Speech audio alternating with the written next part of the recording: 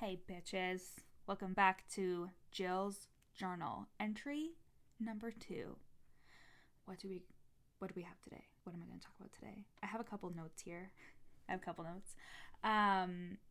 Something that my coach was actually talking about, DL. She was talking about client droughts. And it came at a perfect time because I feel like I have been coaching a couple of my clients on like time in between getting clients or like still staying the course even when like you're not booking sales calls and stuff like that. So I feel like that came at a really perfect time because obviously we're just gonna get into it today. I am recording this on Sunday, and you know what's cool about this series is, first of all, you get to hear my ADHD brain in action because I'm just like talking about 100 different things at once. And two, I record all of my actual podcast episodes in advance, but these I'm going to try to keep them to real time because honestly, all I do is I convert it to an MP3 in iTunes and then I upload it and then I schedule it for this week. Like, it's so easy. I don't have to edit it because I'm not editing it. I'm not adding an intro and an outro. I don't send it off to my VA, anything like that. So it's just cool because you get like real time me. Anyways, so real time, it is Sunday, May 22nd, and I am going to my sister's house. My sister lives about an hour and a half south of me in near Toronto, and I'm gonna go hang out with her because it was her birthday on Wednesday, and we're gonna go to her gym because she gets a free gym guest pass, and her gym is sick and it has hot yoga and a sauna and a pool and all this cool stuff. And I'm like, wow, sometimes I wish I didn't live in such a small town because we don't have hot yoga here, and I fucking love hot yoga. I love it. I was literally looking at this yoga studio, and it's about half an hour away from me. And the thing is, I haven't bought any classes to it yet because you can buy like a 10 pack or a 20 pack.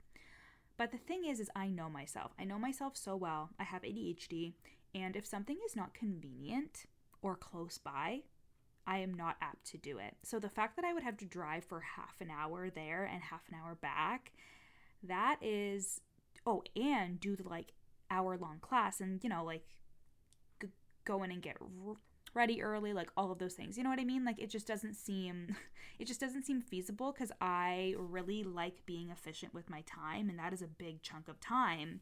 But we'll see. We'll see if I'll do it because I'm going to test it out on Monday with my sister tomorrow, and we're going to see how we like it. And if we like it and it's all good, then like I know I'm gonna like it because I actually used to do it all the time in university. I used to take like 3 hot yoga classes a week and I loved it. So if I really do end up loving it again, then I'll probably buy the 10 pack or the 20 pack, and then I'll just make that my me time and I'll listen to podcasts and it'll be great. What was my point? Oh my god, guys, I honestly can't remember. Oh, I'm just updating you. Yeah, so we're going to the gym and it's going to be super fun. And we're just hanging out, and then I'm coming home and living my life, working my business, living my life. I'm boring, guys. I'm really boring. There's nothing interesting. Oh, my best friend is getting married. My best friend is getting married next weekend on the 27th, and I'm really excited. I'm in the wedding. We are wearing black, and I have this beautiful floor-length black dress, and it is nice. I will upload pictures, go on Instagram at your Coach Jill, and you'll see my pictures. Okay, so yeah, client drought. So my Coach DL was talking about them, and I thought it was like super good timing because I was talking about that with my clients in session, because we have this idea, and you can apply this to anything in your business. You have a should about everything in your business, right? And one of them is I should be getting sales calls. I should be getting clients. And when people are online, business coaches, and they're marketing and they're saying consistent cash flow and attract constant clients to you and all this stuff, you subconsciously take that stuff in and be like, there's something wrong that I'm not getting consistent sales calls. There's something wrong that I'm not getting consistent clients. And instead of focusing on getting clients and like working on your content and helping people in your content, you're focused on the very fact that your reality is not what it should be, and you're trying to solve for that problem. But what if I told you that there have been literally months where I haven't signed a client? Like, I went through a one-to-one client drought like 4 months ago, and I was freaking out, but I got lots of coaching around it, and I constantly came back to the fact like somebody's gonna drop in. And the reason why I was freaking out is because I was telling myself it shouldn't be this way. Like, I'm telling myself this shouldn't be happening. But the second that I released that, a client dropped in. And I'm not even just saying that. That's so annoying when somebody says like, oh, this magically happened. Like, it obviously didn't, because I show up all the time and I'm super consistent. But me trying to focus on the fact that I wasn't enough and that something was wrong with me, like, that's not helpful, right? It's more helpful for you to focus on, okay, I don't see this new client yet, but I'm going to do all the things. Like, I do all the manifesting things. I do all the rituals. I journal. I meditate on it. Like, I do all of the things. And then when it shows up in my physical reality, I'm like, of course it does. And that's the thing, is like, of course it does. Energy is like the best energy that you could ever be in. It's, again, I think I talked about this on a podcast last week or something, but the law of assumption is when you are so certain that your dreams or your goals or whatever are going to manifest, so like you act as if. It's very simple. And acting as if for me means that I'm showing up. It means that I'm saying what I want to say. You know, like, I want you to get really real with yourself and be like, what are my thoughts about when I eventually sign my next client? What do I think is going to happen? You know, like, do you think that you're going to relax then? Do you think that you're allowed to relax then? Because the chances are you won't. You're going to want more. So again, instead of trying to solve the problem of why am I experiencing this client drought, how come this is happening to me, blah, blah, blah, instead be like, what can I do today to attract a client? How can I tap into the energy where somebody is so excited to work with me, you know? Again, when you feel like an imposter, when you feel like a fraud, you are going to focus on yourself. You know, I find that especially somebody who suffers with imposter syndrome and emotional dysregulation, like, it is very easy for me to be like, there's something wrong with the things that I'm doing. Like, what is wrong with what I'm doing? Which is basically just a flavor of what's wrong with me. And again, those questions are not helpful, because you will never get an answer from your imposter syndrome brain that's going to help you. When you feel like a fraud and you're trying to ask yourself, how come I'm not good enough? You're not going to get the right answer, because you're using the brain that thinks you're not good enough. You're using that style of thinking to try and answer that question, right? And that's why we do a lot of higher self work in all of my things that I do with my clients. It's so much more than just like, oh, who's your higher self? Tap into her. It's like truly fucking embodying her all the time and being like, is this really aligned with your highest self? And what would you be thinking about the fact that you haven't had a new sales call in a couple of weeks? You know what I mean? But at the end of the day, hold on, I have coffee. At the end of the day, your resistance to what's currently happening is not helping you. And let me tell you that the industry is full of people who, like, they're marketing to you, like, when they're saying consistent clients and all that stuff. And it's amazing. Like, you can have a ton of consistency, but the online industry is like, clients can come out of nowhere. And I would rather be excited about that and tap into that, instead of being like, no, but I need to know where my next client is coming from. You know what I mean? Like, instead, I'm just going to do my thing. I'm going to show up. I'm going to be like all of me. I'm going to show up fully as myself, and I'm going to work on like helping somebody today and attracting those people to me. And I'm going to do that regardless, right? And instead of focusing on why isn't this happening, like it should be happening, and like who says, right? All the rules in the online industry, like we all created them and we all subscribe to them, and you can choose to subscribe to something different. I have one of my coaches was just saying how like she made 300K in the same year that she experienced a client drought where she didn't sign anybody new for a couple of months. A couple of months, people. Your business is not over. Your business is not over just because you haven't signed somebody in a month, 2 months, whatever, right? It's those very thoughts and that spiraling, and this is why like you totally need a coach, because that spiraling, you will believe that it's true, and then you won't show up as much. You won't share your content. You will be smaller. You will play smaller than you're capable of. Okay. That's my small rant, my 11-minute rant about client droughts. I was also talking, I did some coaching this week on helping my clients with tasks that they could be doing in their business, and I think that this would be super helpful for you. I have daily non-negotiables and then weekly non-negotiables. So literally my daily ones are upload on Instagram, upload a TikTok is my new one because now I'm on TikTok and I'm seeing some traction, so that's exciting. I am at Your Coach Jill too on TikTok, so I'm Your Coach Jill. Just Your Coach Jill on TikTok. I'm not at Your Coach Jill too. Your Coach Jill on TikTok as well. There you go.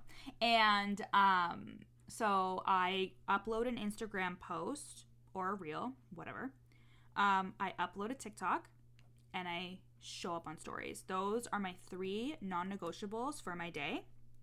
Oh, and I have like a routine of some sort. So I'll either do some EFT tapping, I'll meditate, I'll journal. Like I do something for my brain and for my mindset. So those are my 4 non-negotiables. And again, I don't beat myself up if I don't get them all done, but I try to do them each and every day, except for the weekends, of course. And I actually technically don't work on Fridays, but I still, if I'm hanging out at the house, I'll do it. You know, like, unless I'm out doing something, like, I'll do it. I don't care. And then I have my weekly non-negotiables. So that would look like looking at all the things I have to do. So if I have to write an email, or I have to record podcasts that week, or if I have to work on a sales page or something, and I look at those on Sunday night. So on Sunday night, or sometimes in the morning on a Monday, I will look at my okay, what do I have to do in my business? And I have lots of lists, tons of lists in my phone. And so if I think of something, oh, I have to do that in my business, I'll write it down on that list. And then each week I'll look at the list and be like, what can I do this week? And I'll look at my calendar and I'll look at, okay, I have 3 one-to-one calls here. So I have an hour in this chunk. So I'll do that. I don't overbook myself. I know on the days when I have more calls, I can do actually less tasks. Because there's a lot of transition time with coaching calls, and that can be very exhausting to the ADHD brain. So to help you, try to not do a bunch of content heavy tasks on the days where you have calls. I usually write content either on the weekends because I have tons of free time, or in the evenings, or on a day where I don't have any calls, I will batch a ton of captions. And it's just look at your tasks and look at what is in the same category in terms of writing or recording, for example, or calls. So for recording, I'll have a big chunk of time where I'll record podcast episodes, or I'll record reels, or I'll record a video, and then I'll have a chunk of time where I'm writing my books, because I am writing more than one. My book, You're Not Special, is going to be out this year, and I'm also going to be writing From Imposter to Empowered, which is specifically going to be for coaches, which I'm really excited about. And I'm writing a fiction novel, a young adult novel, because I love those. So that's what I'm doing. But like, I'll do that, or I'll write captions and stuff like that, so I'm not transitioning from doing a TikTok to writing an Instagram post to doing a client call. You know what I mean? Like, that is a lot of work for our neurodivergent brains. So chunk your tasks in terms of like category and type of task. And if you're heavier on like working with people and like recording stuff where you have to show up and show your face and talk to the camera, try to not overload yourself with like stuff that requires a lot of mental exertion, like writing captions and stuff on the same day. So if I am heavy on client calls one day, a different day is when I will record videos, TikToks, Reels, all that stuff. Because transitioning is very hard for our brains. It's like having to start a task can sometimes be so difficult, and then having to transition from that task to a different task takes a lot of effort. And I have here written in my notes, stop being a brat about your results. I'm such an asshole. Okay, so the reason why I said that is because I am bringing back the From Imposter to Empowered program. And this is a program that is like my signature sauce for helping entrepreneurs overcome imposter syndrome so they can show up and sign clients, sell confidently, right? And this idea was so inspired. I had the From Imposter to Empowered course, and I launched that in 2020. I have over 100 people inside of that course. It's amazing. And that's a course, by the way. You can get that on my website, www.jillianparekh.com, parekh.com. You can go on Instagram and go with the link in my bio, and it will be there. But the From Imposter to Empowered course was a course, and I distinctly remember I was walking Hugo around our old house, and I was coming around the corner of a street, and I thought to myself, the From Imposter to Empowered program. I already had the From Imposter to Empowered podcast, which is where I decide to also call the course this name as well. And then I was like, the From Imposter to Empowered program, oh my God, I can have them go through the course, but then with like group coaching and all this stuff. And it was just like such an inspired decision. And I launched that twice. So I launched it in the end of 2020, and I signed about 8 or 9 people into that, and it was fucking amazing. And then my next launch, I increased the price by more than I could get the belief behind. I was also having a really rough time. Like, the house had just burnt down when I was doing the first round of it, and I just like powered through, right? So for those of you who don't know, my childhood home burnt down. I talked about it in the last episode as well, but in October of 2020, my childhood home burnt down, displacing my sister and my parents, and our cat did pass away in that, and that was really sad. And then like 2 months later, our landlord was like, hey, we're selling your house, and we had to look for somewhere new to live. And at the same time, I invested $20,000 in a one-to-one coach, and I was like, holy shit. Like, it was just, there was a ton of things happening. So the second time that I ran the From Imposter to Empowered program, I increased the price because that's what I thought I should do. I was operating on a ton of shoulds, and I didn't have any belief behind it. And that was when I had a lot of launching trauma. So launching trauma is when you're traumatized by doing a ton of launches and not seeing the results that you think you deserve or expect, right? And then making it mean something about you and your business. So when I launched it the second time, I only signed 2 people, and only, like, that's how I thought about it, only. And now I have such a different perspective on launching and groups, and I tell people, like, what do you mean only? That's fucking amazing. I made $8,000 off that program. That is amazing. With 2 people, bitch. Anyways, that's I'm just hilarious. Anyways, so, but because of the way that I was thinking about how launches should be and all this other bullshit, I stopped running the From Imposter to Empowered program. And I was like, I'm going to run a lifetime program. And then it'll be way better, because that's what the ADHD brain also does, right? It tells you, oh, you know what? Things are going to be so much better with this new shiny idea. Let's invest all our time into that and fuck that other decision, even though you felt so inspired by that decision a couple of months ago. You know what I mean? And don't get me wrong, I love the Worthy Woman method. I love that shit. I love my lifetime program. But the From Imposter to Empowered program is my baby, and I kept having this nagging feeling of I gave up on it too soon. And why I wrote down stop being a brat about your results is because I was being a brat, and I was being like, no, I should have gotten more people, and all of these shoulds and these expectations because I was a 6-figure business owner and I should be making a fuck ton more money and I should have an entire team, and oh my god, so many shoulds have clouded me over the past couple of years. And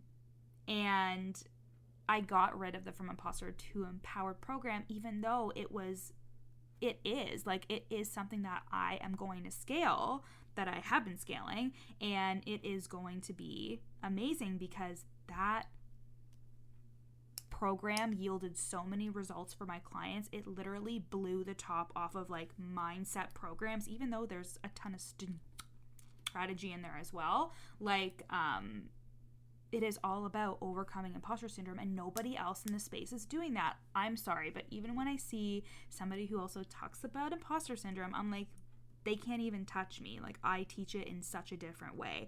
And not to say that in terms of like you have to feel bad about how you teach it, if you happen to, but your unique educational background and your skills and the things that you have in your tool belt are so different from me, and I have a completely different array of tools and processes and brain than you do. So I just know I teach imposter syndrome and overcoming it in such a different way than anyone else could possibly teach it.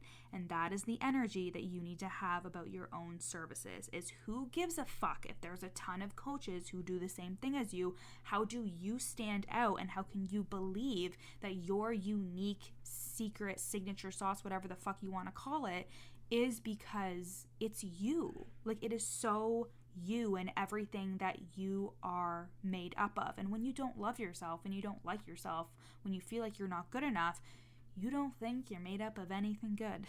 And that is why the mindset is so important. And coming back to the From Imposter to Empowered program, like, it's so unique and it's so amazing, and I gave up on it because of the shoulds and the expectations and the I need to move on and do something shinier. And now I am so excited that it's coming back because it's going to be fucking epic. It is going to be it is the imposter syndrome program for coaches. Like, I truly believe that. So I've been talking for a super long time now, but I haven't really put like a time limit on these things. I'm just gonna talk and rant and not edit a damn thing out of it. But thanks for listening, guys, and don't be a brat about your results. Like, really look at them and ask yourself, where am I being clouded with shoulds and expectations, and how can I instead be so grateful for the results that I'm getting, and how can I expand them into more with gratitude and excitement and possibility for where I'm going, instead of telling myself this is wrong and it shouldn't be this way. You know, like, I challenge all my clients whenever they're like, this shouldn't be happening. It's like, who fucking says this shouldn't be happening? That is a story that you are putting on yourself, telling yourself. It's just another way that you shit on yourself, by telling yourself the way that your business currently is, the way that your relationship is with a client, whatever it is, you're resisting against what is. And how can you glean the lesson, or how can you move forward when you are stuck in the mud of it shouldn't be this way, I shouldn't be in the mud? You know, it's kind of like when, I mean, I'm sure none of you have ever actually been in quicksand, but I would imagine it's like the experience of being in quicksand, right? They tell you to not flail around, to not move, or it's gonna like suck you under. God, this is very like graphic. I hope that if you're listening to this, you've actually haven't had to experience that, because that sounds awful. But you're not supposed to like flail and thrash around and be like, this shouldn't be happening to me. Instead, like, you need to be calm, and you need to be like, how am I going to get out of this? How am I going to move forward from this? You know, I would imagine it is similar to that experience. And you could say that about everything. Like, I find that we further our pain and suffering when we tell ourselves things shouldn't be this way. I remember when my sister and I were like watching the house burn down. We sat there for like 12 hours, and she was like, this stuff doesn't happen to us. Like, this stuff doesn't happen to our family.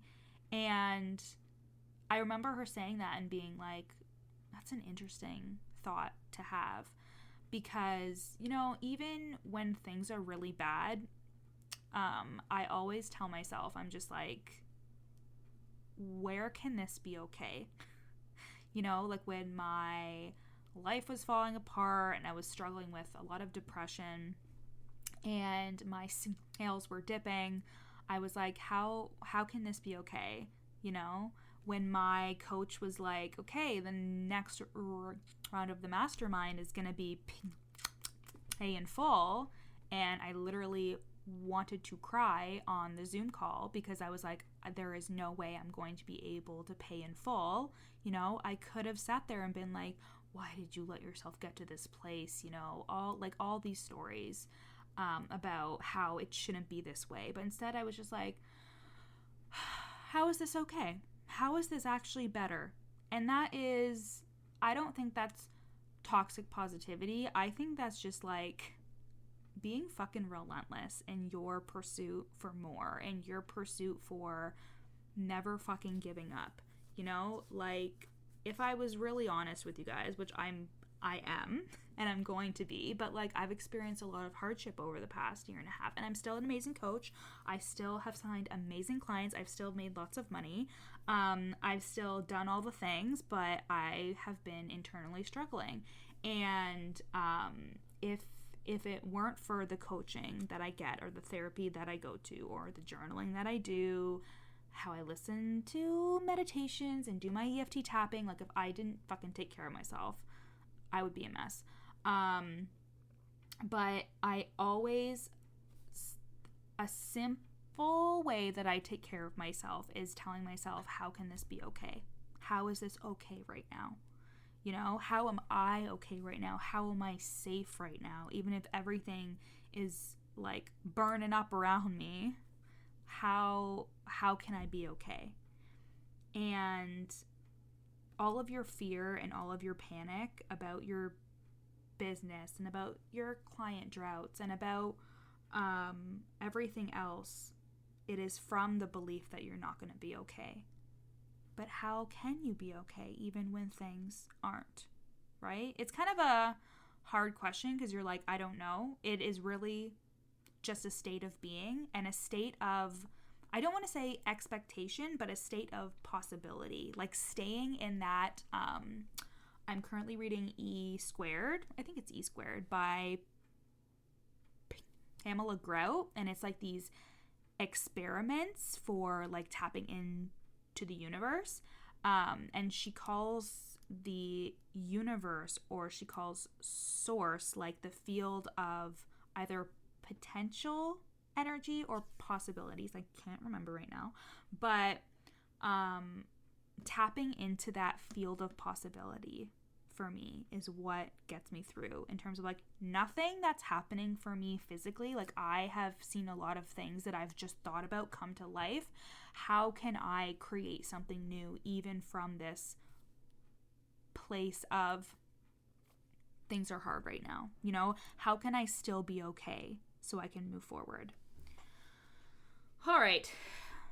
That's enough oversharing for today. I love you guys. And I'll see ya on the next episode of the From Imposter to Empowered podcast. And I'll hit your earwaves, your earlobes. I don't know. I'll hit your ears next week for the third entry of Jill's journal. I love you. Bye.